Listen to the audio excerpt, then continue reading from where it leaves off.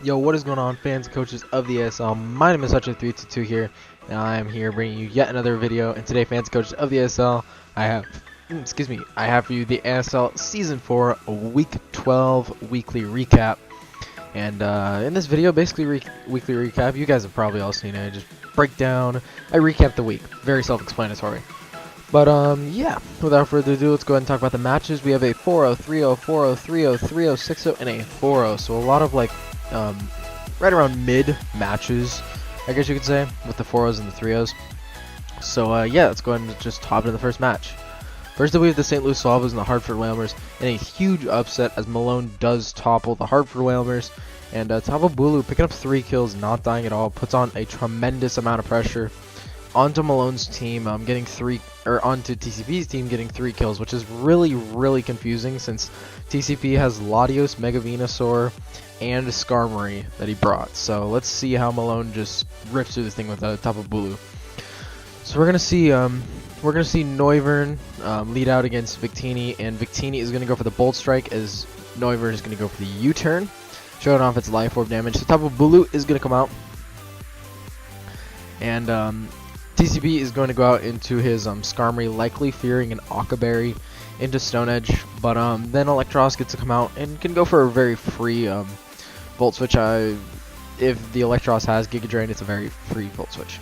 So Malone is going to go out into his Noivern as Victini comes out. Victini is going to get taunted, so he's probably fearing the setup Latios, but we're going to see Noivern get hit with a U-turn, and then he's going to drop a Draco, essentially getting Skarmory out of the match, and Noivern is going to go down. So it is 5-6 in TCP's favor. So we're going to see it go for a Roost, and then Electros is going to be able to barely miss out on the kill. And then Tapu Bulu does come in. Tapu Bulu does kill this with a Stone Edge, I'm sure.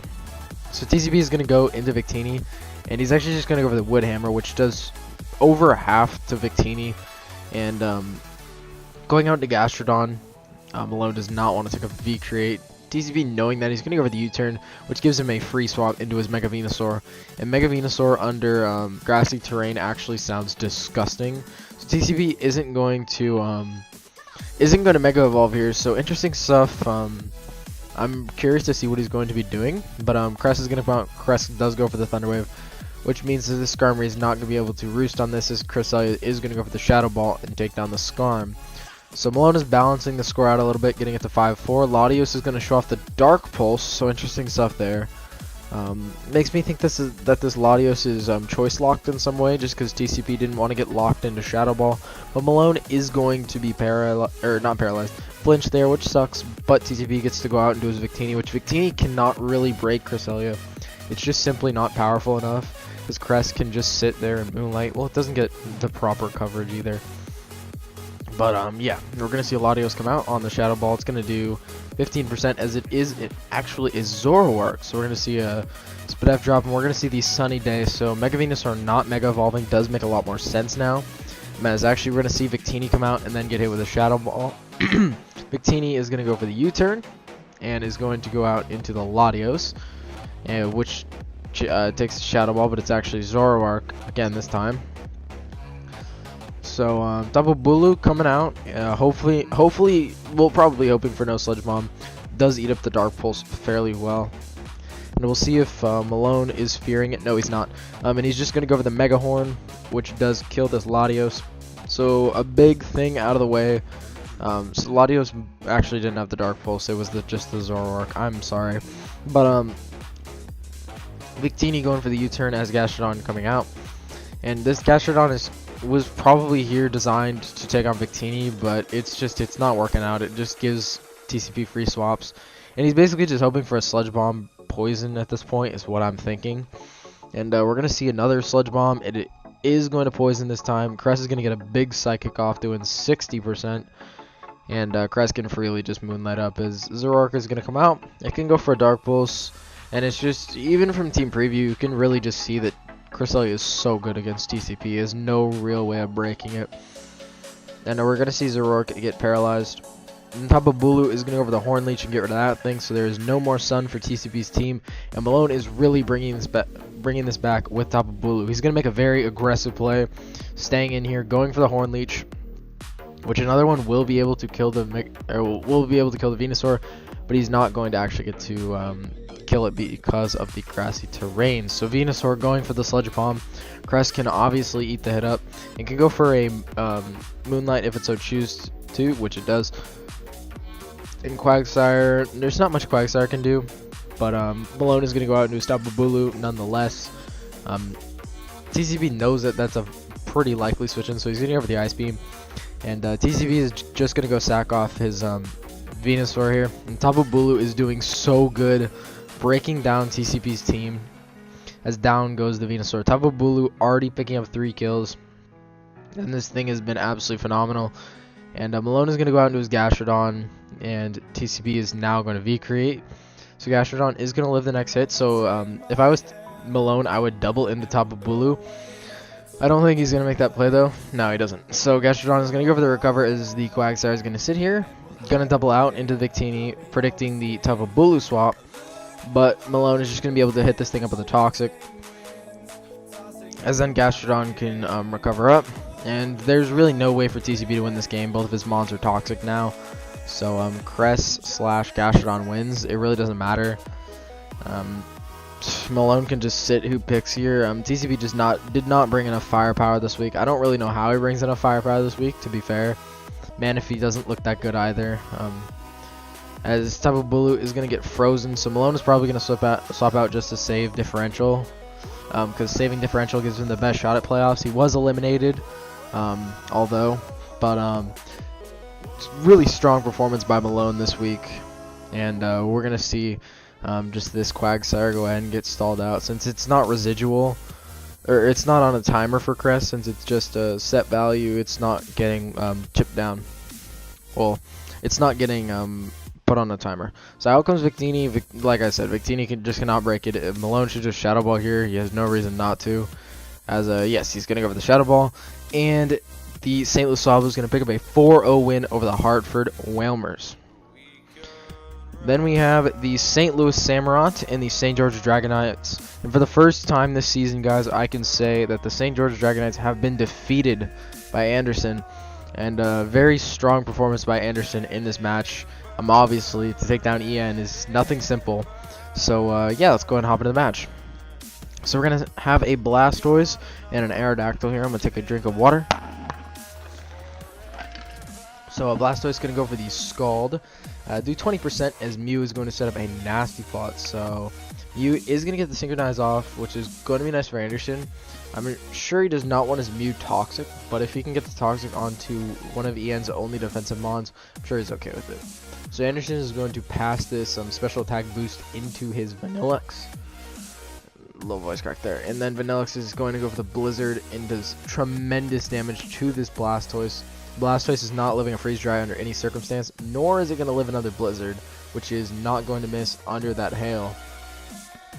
So we're going to see another Blizzard into the Mamoswine, which Mamoswine is not going to be able to pick this thing off. It will with an Ice Shard, and we are going to see Ice Shard come out. But Anderson killed the Blastoise and essentially the Mamoswine with his Vanilluxe. So we're going to see a Flamethrower come out from this Infernape. Anderson clearly did not want his Fire Blast to miss, so he's going to get an HP Ice off onto the Dragonite. And we're going to see a Dragon Dance as the Dragonite clicks Fly.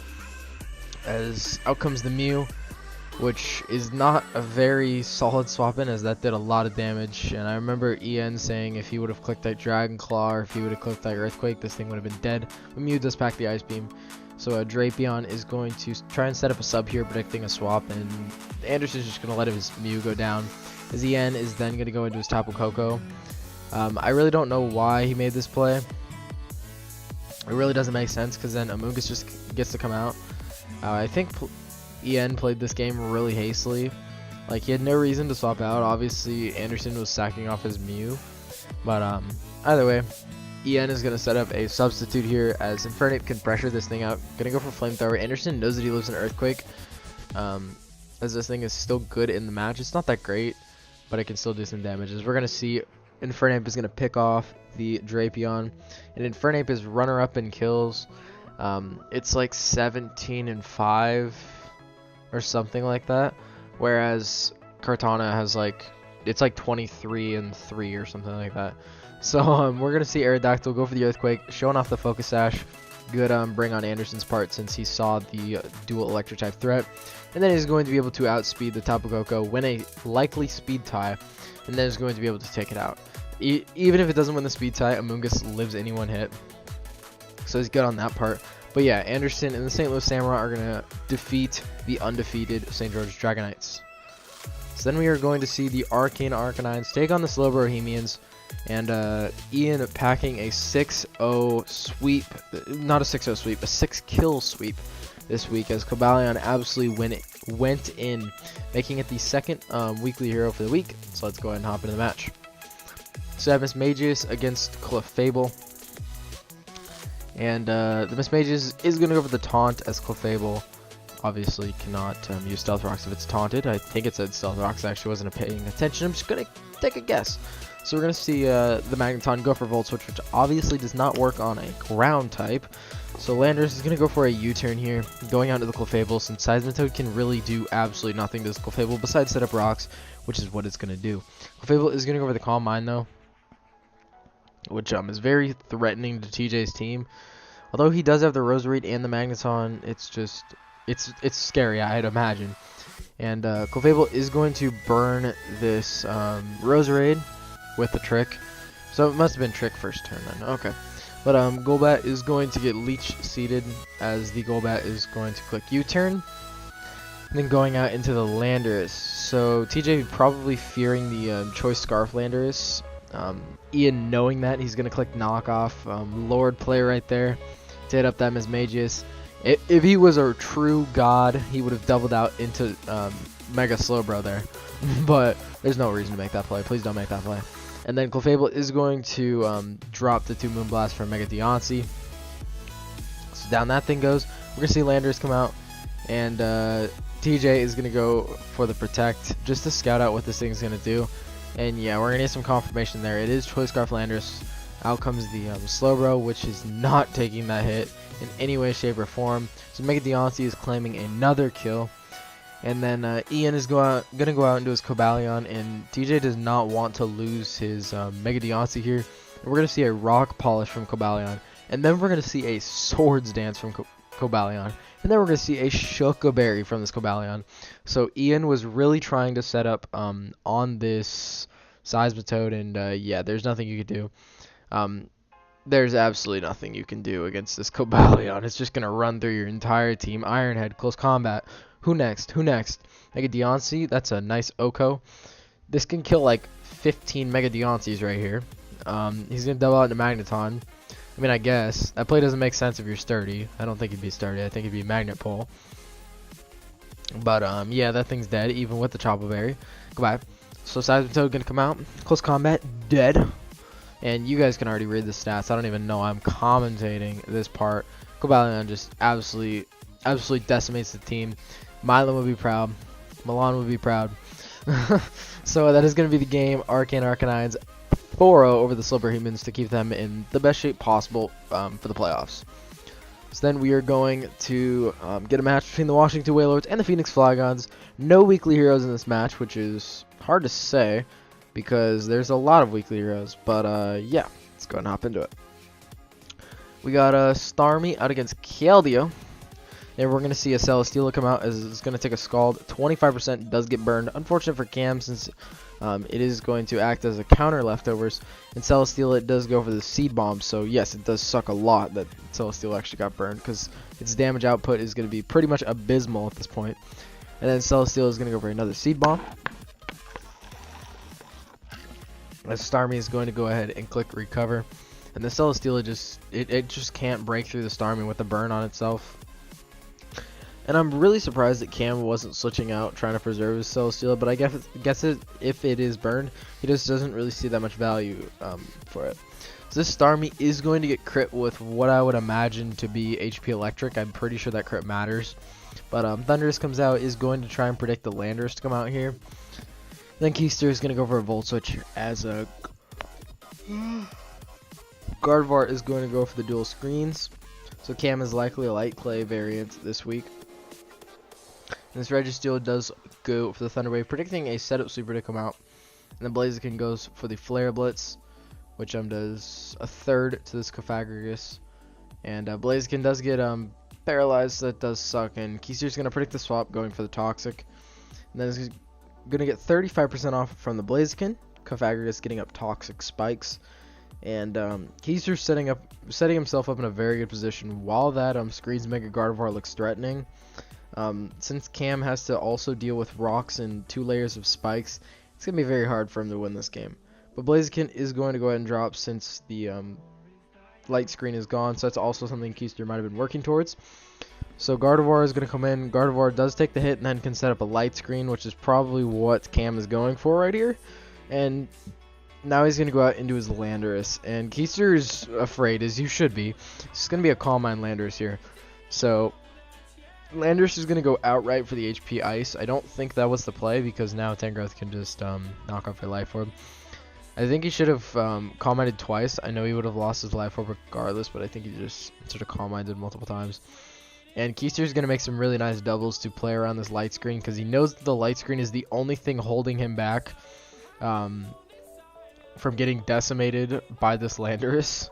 Or holding him back from decimating the Landorus. So we're going to see an Earth Power crit. I hardly think that matters. So we're going to see Tangrowth come out. Tangrowth does not kill. As I said, if he would have gotten to 2 Calm Minds instead of HP Icing immediately, he has a good chance of winning the game. But we're going to see Keldeo come out. Keldeo is going to go for the Focus Blast. That looks like Choice Specs to me. 43% resisted. Good lord. So out comes Ditto. Really, Cam had no other play. He has to go into this. And we're going to see Ditto, obviously Poison, so it can't stall this thing out. And I'm assuming it's Scarf Ditto. Almost every Ditto is Scarf Ditto.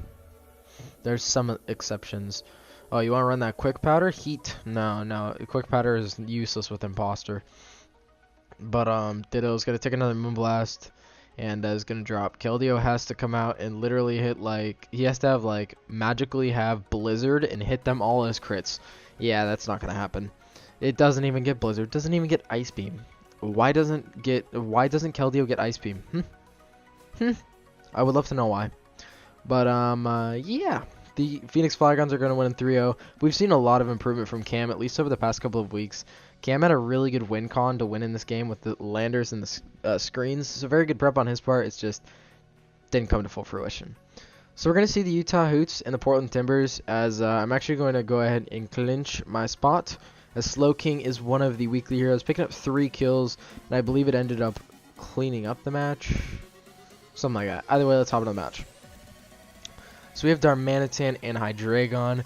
As Hydreigon naturally outspeeds, fearing a Scarf Draco, he's going to go out into a Sylveon. So I'm going to go out into my Slowking. So Susie's going to go for the Wish as Sylveon goes for the Calm Mind. And Slowking is going to pop off the Toxic just to whittle this thing down. Then out comes Comfey, which does swallow that up for being +1. Then can go for a Triage Synthesis. It would outspeed anyways. But Sylveon does throw a Wish in the air, wanting to keep its longevity up there. And just going to see a Draining Kiss, just try and get Chip.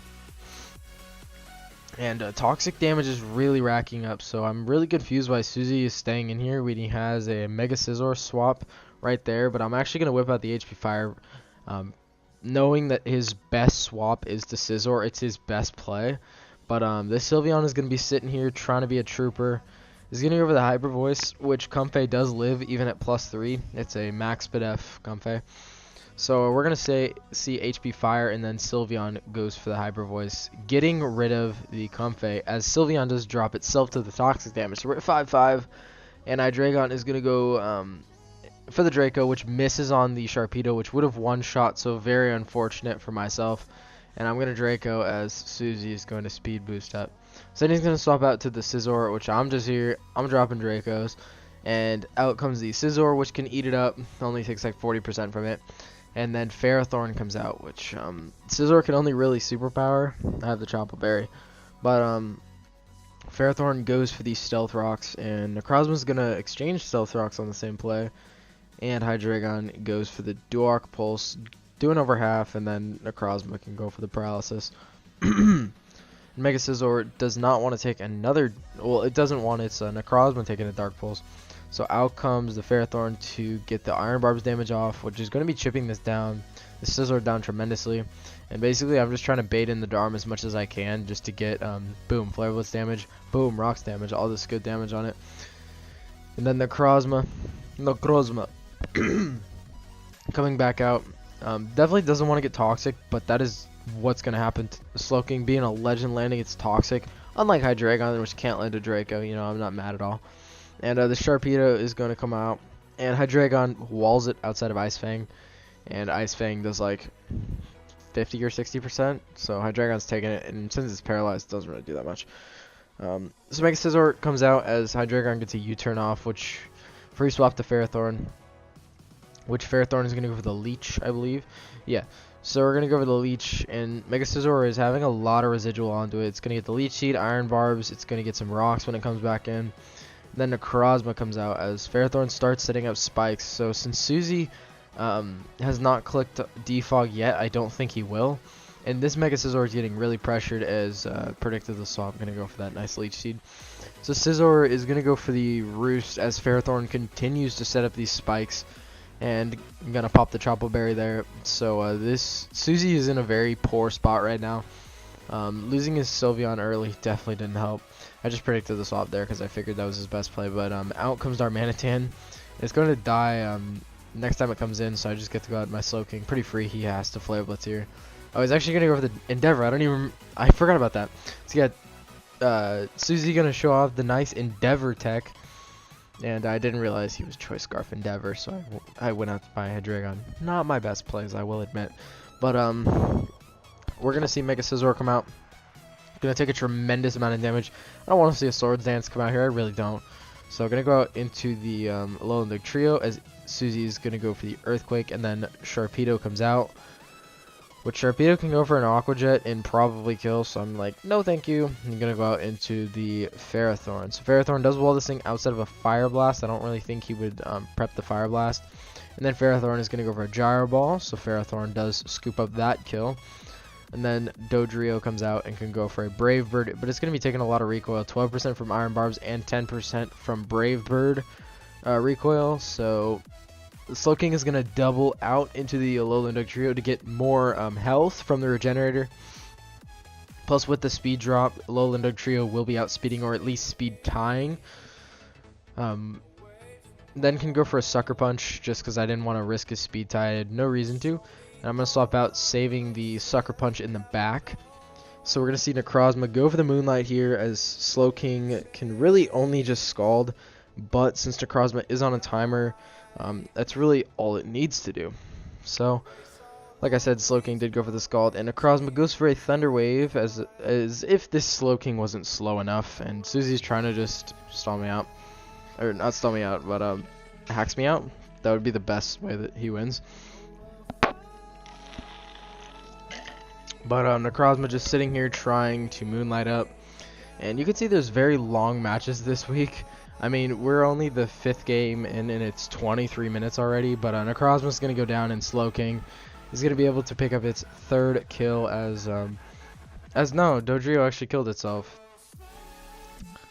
Whoops, I probably shouldn't have put Slowking on the thumbnail and the, what's it called? Oh well, it's a mulligan. It's okay. It's fine. Whatever. Portland Timbers are going to win 3-0, and yeah, I'll have to fix the weekly recap, or not the weekly recap, the stats on the actual doc. But anyways, here are the PC Barcelona and the Zagreb Zangooses, and Deblade being one of the weekly heroes, 3 kills, which from the team preview, Deblade looks absolutely amazing. There's nothing really that can swap into it, or there's nothing that it can't take a hit from. So let's see it. Nope. 1 sec, let me grab the music, turn that off. There we go. So we got Tapu Fini, which is going to have to take a Z-Taunt, which is going to get up this Deoxys's attack. I'm really confused what Shadow's trying to do here. He's going to go for the Zen Headbutt, which does 17 on a crit. He's going to go for the Taunt. Not his play. Swords Dance was not Marin's play. His play was to Shadow Sneak since Deoxys was the biggest threat. But we're going to see an interesting Flame Charge from Type Null here. And we're going to see Taunt. So this thing cannot set up potential swords dances. I think it gets it. But we're gonna see Nature's Madness just to break the sub. It's a guarantee that it breaks. And then Electivire is going to take a Nature's Madness, which is going to pop the balloon, so not what Shadow wants to see. But Zygarde didn't come anyways, so I'm sure Shadow isn't too hurt about it. But he's going to go for the Earthquake, so he's going to get a huge crit. But Electivire is going to lose its sub, then dies the Shadow Sneak. So Doublade already has 2 kills, and we're going to see Retaliate do nothing. What? What? I'm actually confused. That had to be a prediction. There's no other reasoning for that. But yeah, we're gonna see Araquanid click Stockpile. Shadow's grown very fond of this set. I mean, he used it to beat Static, so he's probably trying to go back to it.